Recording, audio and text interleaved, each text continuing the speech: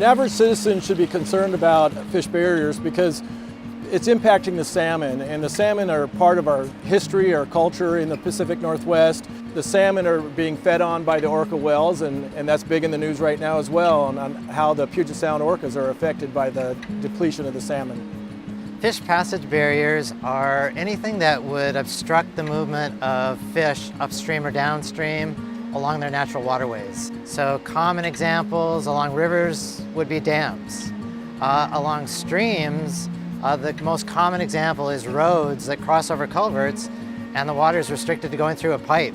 And a fish has to either possibly jump into the pipe, or the pipe might be sloped too steep and running too fast, so the fish have trouble getting upstream through that pipe. Salmon will tend to, their life cycle is they are born in a stream environment, and eventually as they get old enough, they will travel downstream and go out into the ocean.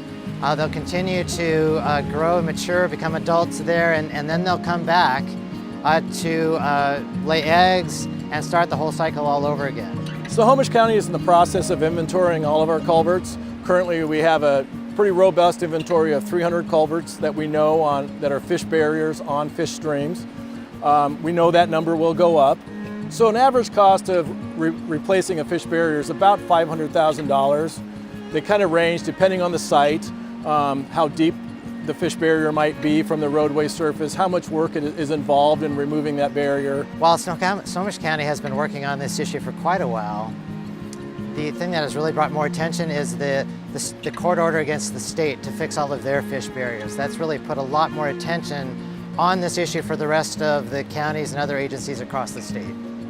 I believe WSAC should be leading efforts on this issue because it's not just the local agency's problem, it's the state's problem, it's everybody's problem. Streams will cross not just county roads, they'll cross private roads, they'll cross state highways and city roads, and so all of those barriers need to be fixed. So the county needs to work together with other partners in order to fix all of these problems together. Another reason the county needs partnerships is funding. The county doesn't have the funding levels it needs to address all of these barriers. So additional funding is definitely going to be needed, and so partnerships in that arena are going to be very important.